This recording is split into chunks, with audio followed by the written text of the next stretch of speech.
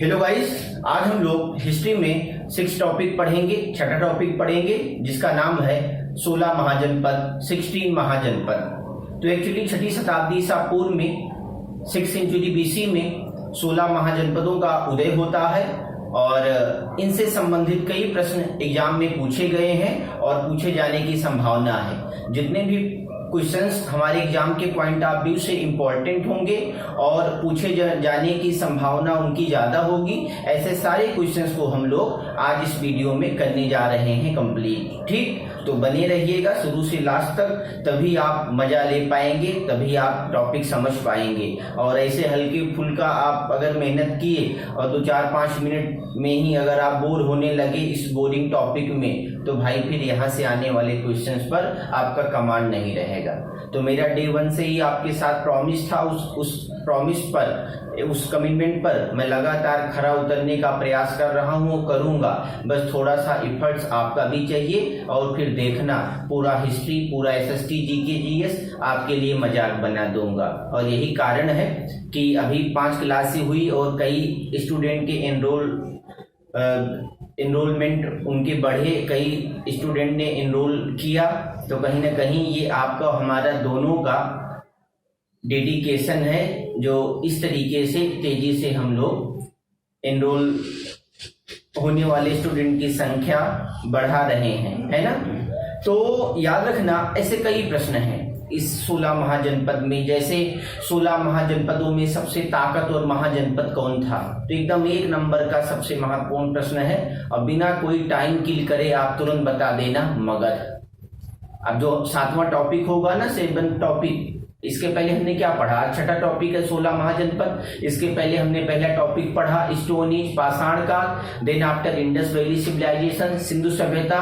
फिर उसके बाद क्या पढ़ा, वैदिक काल, वैदिक पीरियड, वैदिक संस्कृति, और फिर हमने जैन धर्म और बौद्ध धर्म पढ़ा। और आज छठा टॉपिक है। तो ये थोड़ा सा छोटा टॉपिक है और बड़ा ही बोरिंग टॉपिक है, लेकिन फिर भी हम लोग इसको अवॉइड नहीं करेंगे।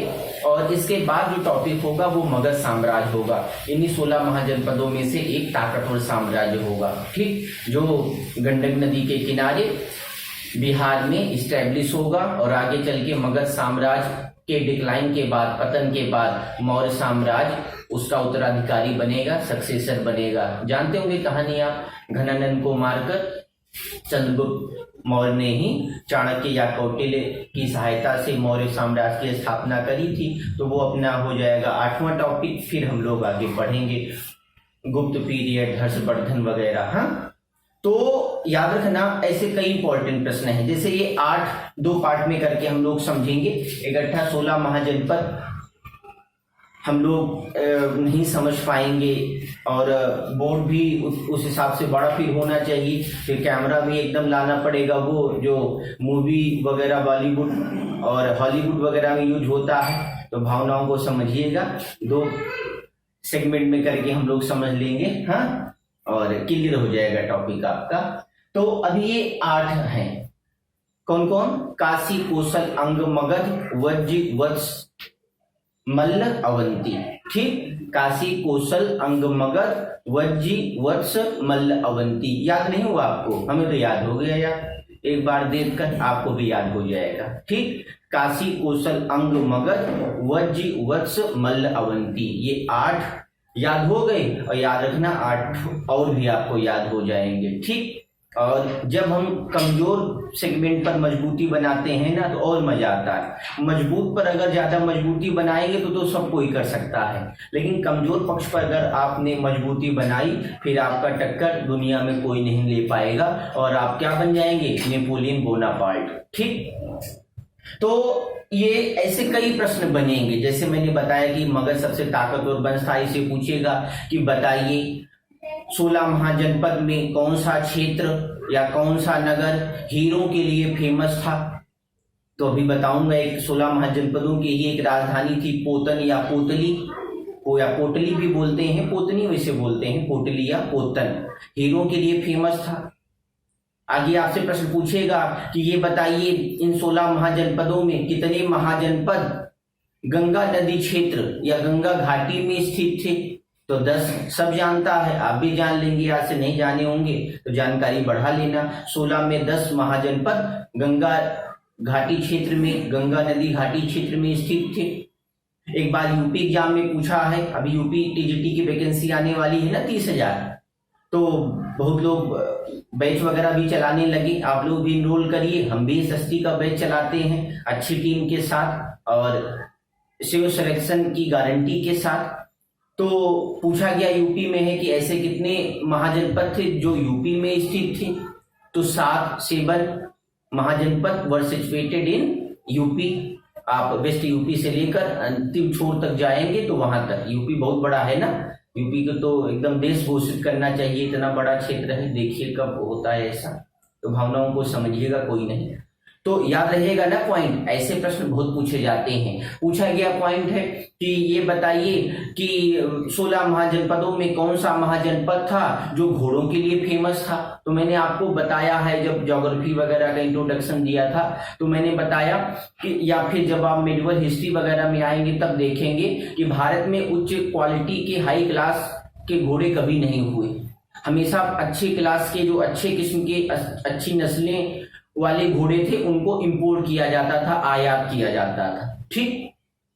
और यही एक ये भी कारण था, मतलब जो विदेशी आक्रांता आए उन्होंने भारतीयों को कई युद्धों में पराजित किया। तो ऐसा नहीं था कि हमारे यहाँ के लोग वीर साहसी बहादुर नहीं थे, रण कौशल उनके अंदर नहीं था और सारी क्वालिटी सारी खूबियां बस विदेशी आक्रांताओं में थी। कुछ ऐसे इतिहासकार रहे हैं ना जिन्होंने विदेशी आक्रांताओं का खूब महिमा मंडन किया है, एकदम उन्हीं के बारे में लिख दिया। तो भैया मैं भी छोटा सा इतिहासकार हूं और उन बड़े इतिहासकारों की तरह हमारी तो कई सारी बुक्स नहीं है मार्केट में और उतना शायद मुझे ज्ञान भी ना हो, लेकिन इतना ज्ञान है मुझे अपने भारत के बारे में और भारत के इतिहास के बारे में, जिससे मैं किसी भी व्यक्ति को सेटिस्फाई कर सकता हूं और पक्ष विपक्ष में कुछ बातें बोल सकता हूं।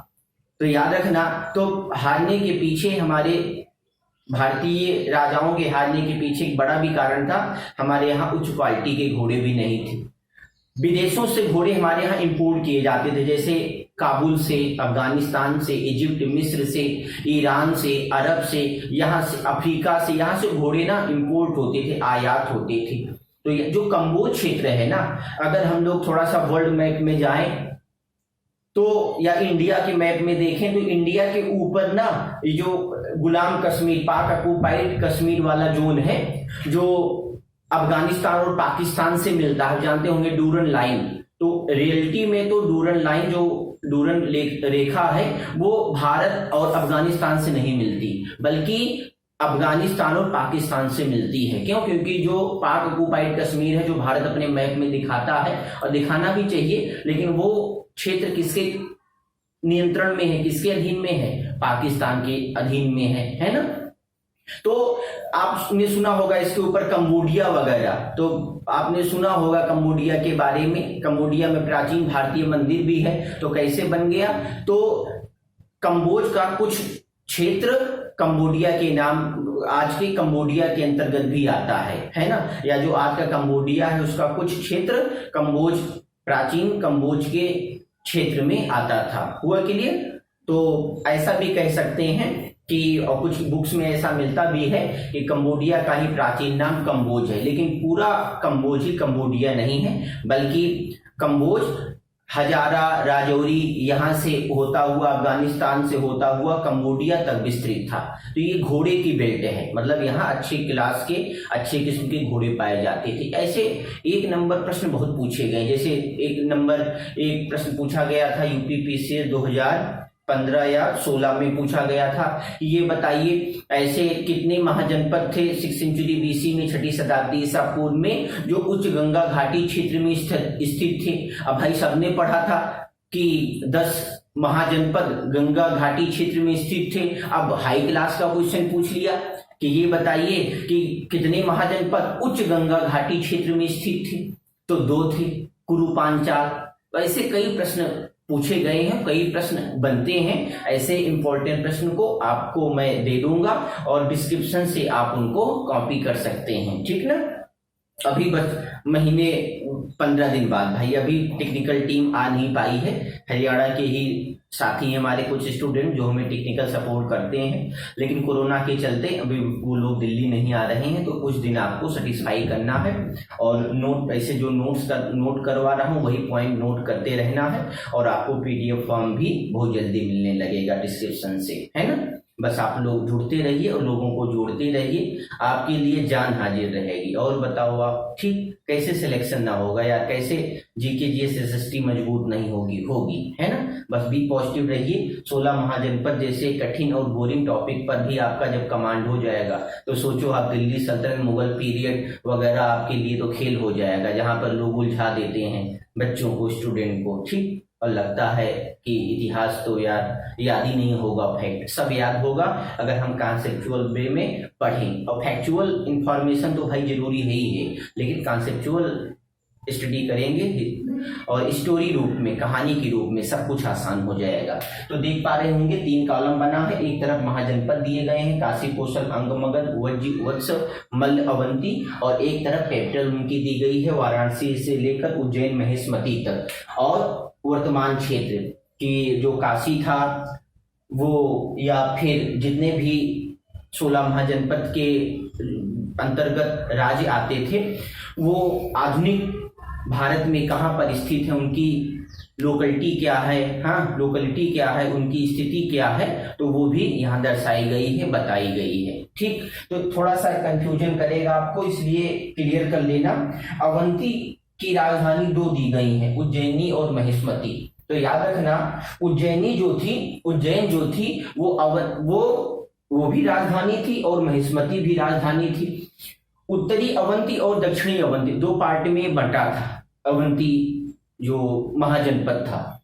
उत्तरी अवंती की कैपिटल, नॉर्थ अवंती की कैपिटल उज्जैन थी, और साउथ अवंती की कैपिटल महेशमती थी। बाहुबली मूवी में देखा होगा महेशमती साम्राज्य के बारे में, नहीं वो क्लियर, तो याद रहेगा ना। तो अब तो बाहुबली शायद 3 आए तब तो इंपॉर्टेंट प्रश्न बनेगा, नहीं तो शायद ही प्रश्न पूछा जाए। हाँ उस समय तो इंपॉर्टेंट था, 3-4 एग्जाम्स में एनटीपीसी वगैरह में पूछा गया है, चंडीगढ़ पुलिस वगैरह में। तो याद रखना, महेशमती दक्षिणी अवंती की राजधानी थी और उज्जैन उत्तरी अवंती की राजधानी थी। मल्ल की राजधानी कुछ बुक्स में पावा मिलती है, कुछ में कुशिनारा मिलती है, दोनों नोट कर लें, ठीक। मगध की राजधानी राजगीर भी मिलती है और कुछ बुक में राजगीर भी मिलती है, जो कि पटना, आधुनिक पटना और गया क्षेत्र के अंतर्गत आती है। हुआ क्लियर? और कहीं किसी प्रकार का कोई कंफ्यूजन नहीं है। तो जहां पर 2 कैपिटल होंगी उनको मैं स्पेशली इंडिकेट करके आपको समझा दूंगा ताकि किसी प्रकार का कोई कंफ्यूजन हो ना। तो ये आप पॉइंट नोट कर लें। फिर